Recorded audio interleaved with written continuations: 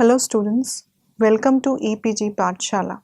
I am Dr. Meenu Sehjpal, Assistant Professor in Economics from University Institute of Legal Studies, Punjab University, Chandigarh. Today we are going to talk on module Government and Industry, Emerging Issues in Managerial Economics under the paper Managerial Economics. After completing this module, the students will be able to understand the concept of free market economy and its failure, reasons for government intervention, the changing interface between government and markets. Modern day managers are operating in an economy where we have lesser restrictions on the private sector and near minimum participation by the government. However, the managers need to prepare themselves for a situation where the government may intervene in the markets and may frame a policy or impose certain restrictions on the private sector, which then forces the managers to adapt to the new and changed business environment. Efficient managers are able to foresee such changes and take requisite steps before others, which then makes them more competitive in the market. The inefficient ones take their time to foresee the changes and thus lose the market. In such a situation of government interference for grabbing the markets before others, the managers need to understand the failure of the free market economy and the philosophy behind government interference and the ways in which government interferes. This is explained in the next section. Failure of the free market economies. Free markets imply a situation where largely the private sector is in dominance. This, however, does not mean that there is no government participation in the markets. There is no such economy where the level of interference by the government comes down to zero. In free market economy, the level of government interference is minimum. In such economies, business is usually free to invest. Such a business model was advocated by classical economists, namely Adam Smith and J.S. Mill. These economists believed in laissez-faire. Laissez-faire is a policy of allowing the market forces of demand and supply to operate freely and decide the equilibrium price and output. Even during laissez-faire, some interference by the government is there in activities like defense, judiciary, and public works. This is explained in figure 3.1. In this figure, we are measuring price on OY axis and quantity demanded and quantity supplied on OX axis. DD is the market demand curve for commodity A and SS is market supply curve for commodity A. Both the demand and the supply curves intersect each other at point E, which is the equilibrium point, and thus the firms are selling the OX units of A commodity at OP price. Since here there are no restrictions on the movement of supply and demand, and the determination of equilibrium price and quantity, therefore, this system is called as free market. In such a system, whoever is willing to pay the price gets the commodity.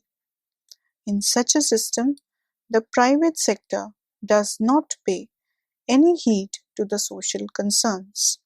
People who cannot afford this price will be left from the market.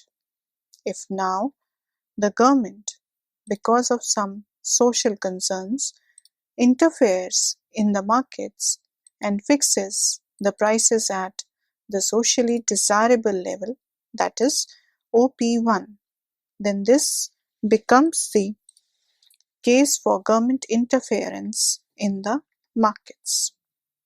Therefore, the managers have to adjust their business strategies as per the government policy. Such an adaptation depends on the degree of interference by the government. There are economies in which government interference is the maximum, and there are several restrictions on the private sector, whereas there are other economies where such interference is the minimum. In case of the Indian economy, before 1991, there was huge interference by the government sector in the industry. There were areas where only the public sector was allowed to produce, while in some other industries, both public and private sector competed with each other. Although private sector did exist, but there were numerous restrictions like MRTP, FERA imposed on the firms. However, after 1991, when the Indian economy opened itself for foreign competition, government interference in business has been reduced considerably, and the restrictions on the growth of the private sector have been reduced significantly. Though even now the share of government interference in business in India might be higher than in US or UK, yet as compared with the pre-1991 years, the share of the government interference is much reduced today. These days, most of the economies of the world are having lesser government interference. However, the economic history reveals many instances whereby the free market system failed and the government had to intervene in the business. The Great Depression of 1930s led to the replacement of the free market mechanism by government interference in many economies and the rise of Keynesian economics. Keynes explained that when the economy moves into depression, then private sector investment declines due to negative expectations. Therefore, when the private sector fails to make investments, then the government must come forward in order to bring the economy out of depression by making investments in the economy. Such an investment increases the aggregate demand and incomes. Through the multiplier effect, income increases manifold and is transformed to the other sectors through forward and backward linkages. So, fall in demand or the rise in supply may necessitate the government intervention. For example, recently in August 2016, the prices of the onions declined sharply from rupees 48.50 per kg in 2015 to rupees 6 per kg in August 2016 due to excessive supply. Farmers in Maharashtra and Madhya Pradesh were burdened with increasing losses. The government stepped in, gave duty benefits to the exports of both fresh and stored onions. Even if the free market system does not fail, there are certain inherent problems in this system which necessitates the interference by the government. The laissez-faire economies are basically dependent upon demand and supply. If demand fails, then there would be surplus of the commodities, which would then bring down the prices. The decline in the prices would reduce the profitability, which if persists for a long term will cause retrenchment in the economy. This may offset depression in the economy. Likewise, with the opposite process, inflationary process may be created in the economy. Thus, such economies are open to fluctuations.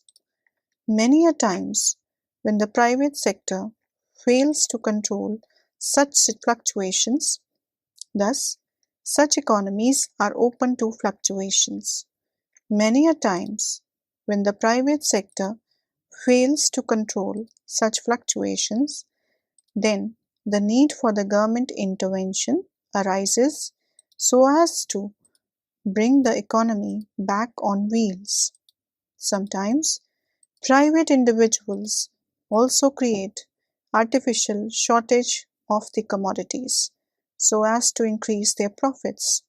Such activities affect the interest of the general consumer, and the poor are the worst affected. If government does not step in, then the exploitation of the consumers takes place. Also, in the free market economies, economic inequalities and regional variations are rampant, as only those individuals get the commodities that have the capacity to pay. Also, in the free market economies, economic inequalities and regional variations are rampant, as only those individuals get the commodities that have the capacity to pay. Even if the commodity under consideration may be a necessity, but if a person does not have the capacity to buy, then that person would be deprived of that commodity. Even if the commodity under consideration may be a necessity, but if a person does not have the capacity to buy, then that person would be deprived of that commodity. Therefore, state intervention is needed to check exclusion of the economically weaker sections of the economy, as it is the task of the leader of the economy to take along all the individuals, rich or poor, on the path of development. For example, whenever the prices of the essential commodities increase beyond the limits, then the government steps in and, through the Essential Commodities Act, controls the prices of the commodities in India. The role of the state is also required to cause redistribution of income and wealth. Such a step is needed to correct the inequalities that have existed in the system. Before independence, there were rampant inequalities in the ownership of the land. The big landlords had the majority of the land, and the poor farmers who used to actually work on the land were given very low rent. The landlords used to exploit the farmers or tenants by overcharging, and they used to evict them at will. Such a system favored the rich and led to the maximum exploitation of the actual tiller of the land. After independence, the government decided to do away with this system, and thus various legislations were passed that abolished the age-old zamindari system. The government also procured land in excess of the limit from the landlords and redistributed it among the landless farmers. The regulations regarding the tenure and rent of the tenants were also fixed by the government. Thus, these steps of the government ensured equality in the system. For achieving such objectives, we need state intervention, without which this could not be implemented. When the process of development takes place as per the free market forces, then the majority of the development tends to take place in areas which are either rich in natural resources or otherwise have favorable conditions for investment.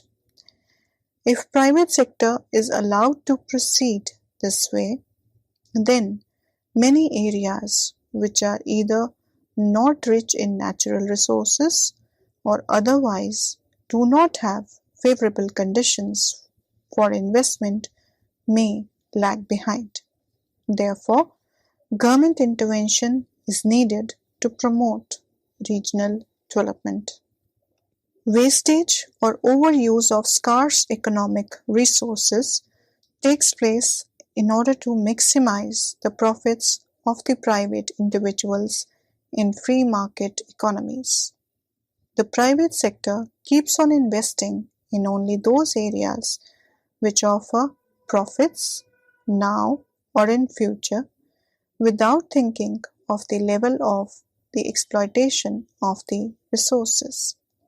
If private sector is allowed a complete free hand, then many resources would be exploited to the maximum and nothing would be left for the future generations. Further, private sector rarely shares the burden of the social costs of their investment. Social costs imply the cost of a production venture or business investment done by the private individuals that are borne by the society. For example, the factories set up in the cities generate profits for the owners, but these cause a rise in the social costs borne by the society due to the pollution caused by the same. Private sector does not take the responsibility for the same, and thus the social costs are borne by the society. In order to reduce the burden of such costs on the people, the government must come forward and take appropriate measures. For example, Rohtang Pass in Himachal Pradesh has been a famous tourist spot. Every day, number of tourist vehicles, petrol as well as diesel, were used to bring the tourists to the pass.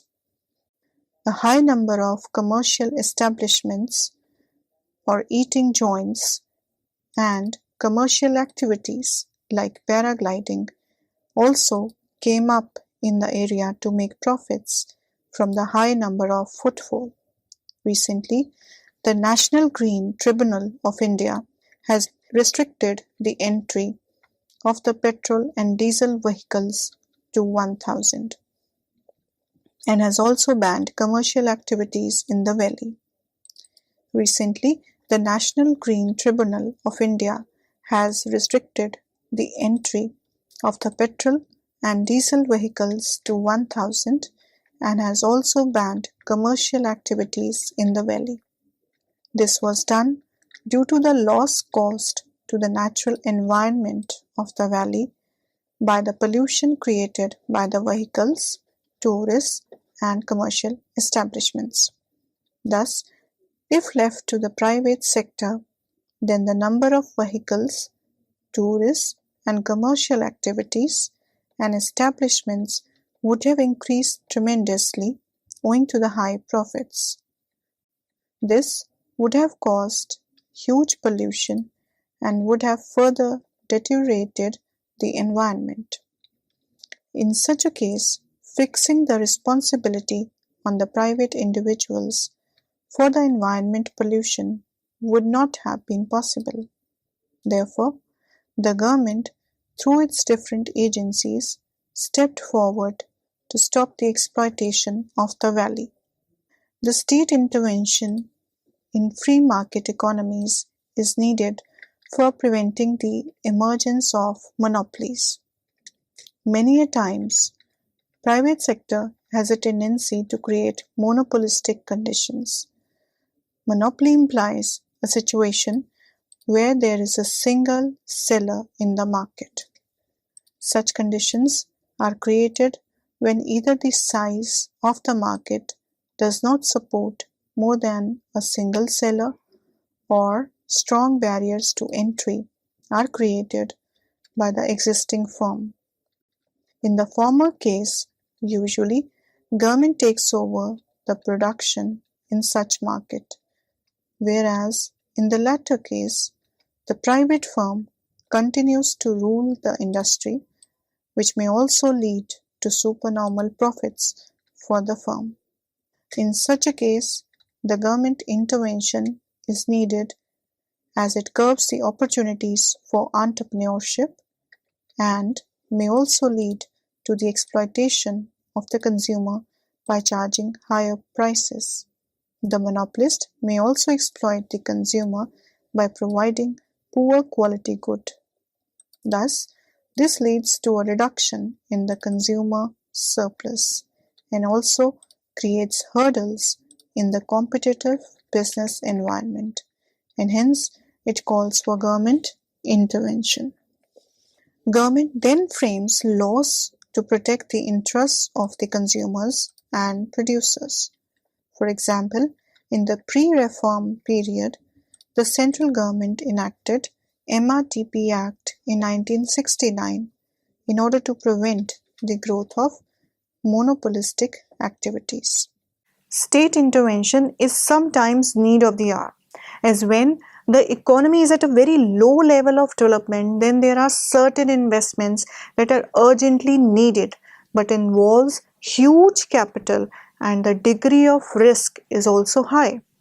The private sector many a times lag behind in investing in such ventures, and thus it necessitates investment by the government. For example, when India got independent, there were very few capital goods industries. Capital goods industries produce machineries which are very critically required for the development of the overall economy. However, such industry demands huge levels of investments and the risk is very high as there is very low level of demand in the initial phase. Since machineries are required in all the spheres, therefore, the development of this industry is very decisive for the economy. The government decided to invest in this sector as the private sector was also in a very nascent stage. Had the government not intervened at that time, then it would not have been possible for India to reach at the present stage of development. Therefore, sometimes government has to interfere in the markets as the private sector is not ready to take up the responsibilities. This requirement also led the government to opt for the mixed economy model. Such a model was needed as there were areas which either required huge investments which could not be done by the private sector or for providing social justice to the people. Government intervention in the market mechanism also becomes necessary at times when there is a threat to the domestic products from the unlawful claims by the foreign producers. For example, Rice Tech, a company based in US, was selling the traditional Indian basmati rice under different names in the US markets since many decades. In 1997, it applied for a patent for two varieties of rice named Basmati and Taxmati from the US government. Since basmati rice is a traditional product and is grown in parts of Punjab in India and Pakistan, therefore it raised uproar in India against the US company. Basmati is used extensively in Indian kitchens and is grown freely by the Indian farmers. Such a patent meant that the Indian farmers were supposed to pay to the US company for growing the rice. Therefore, to protect the indigenous farmers, the Indian government intervened and challenged the patent given to the company in the year 2000. As a result, the Indian government won the claim. Likewise, a US-based company, Metaproteomics, had filed a patent application at the Canada Intellectual Property Office, claiming the usefulness of turmeric, basil, apple, kala megha, licorice for the treatment of psoriasis, inflammation, gastritis to be novel. If such a patent had been granted to the said company, then the Indian households which have traditionally grown tulsi or basil or turmeric in their kitchen would have been required to pay money to the company to grow these plants. This also implied that these could not be used in many Ayurvedic medicines. The Traditional Knowledge Digital Library, which is a unit of CSIR, submitted evidences by citing references from books from 18th century to 20th century.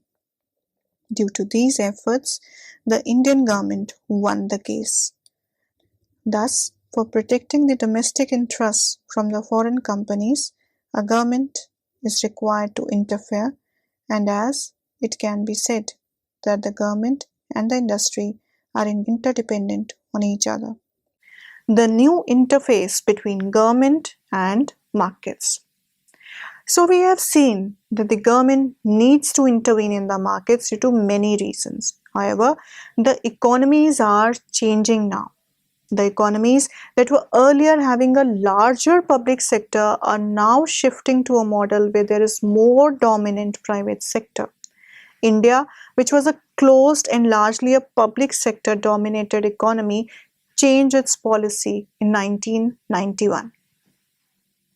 Though the reason for this shift was the economic crisis that India faced during 1991, yet the result was the reduction in the restrictions on the growth of the private sector and reduced size of the public sector along with the opening of the economy to the foreign companies. The question then arises, what is the role of the government in such a system?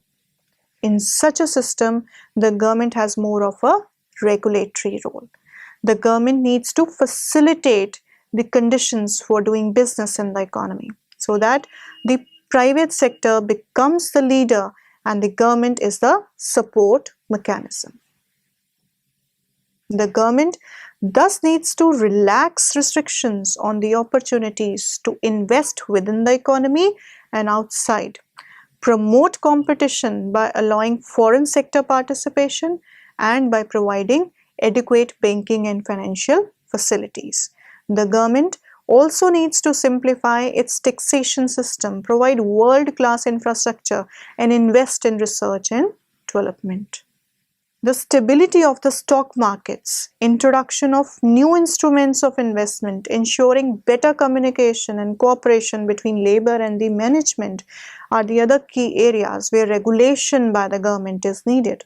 One may say that the role of the government in the globalized markets of today's world is just to be a facilitator. Does it mean then that the wings of the government have been clipped by these economic models of growth? No, the role of the government is not reduced, only the direction of its role has been altered with. Such a change implies that the private sector is able to lead the economy and take up the responsibility of the economy's growth. And so, now the government should focus on its main functions, because of which we need a state. That is, the government should concentrate on its functions of providing support mechanism to the individuals and sectors. Such a support is towards the markets, as specified above in this paragraph, and towards individuals.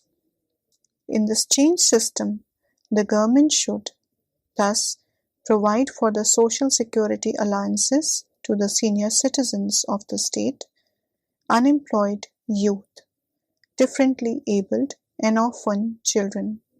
The government should provide health and education facilities to the citizens, maintain law and order, and have a sound judicial system.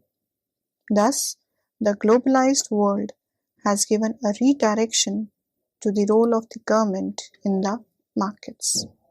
So students, let's now summarize what we have learned in this module. Government and markets have a very strong relationship with each other, which keeps on changing with the changing times. Even in free market economies, government needs to interfere in order to bring and maintain stability in the economy, where the market mechanism fails, to provide social justice through the redistribution of income and wealth, to lead to the regional development and protect the environment, etc.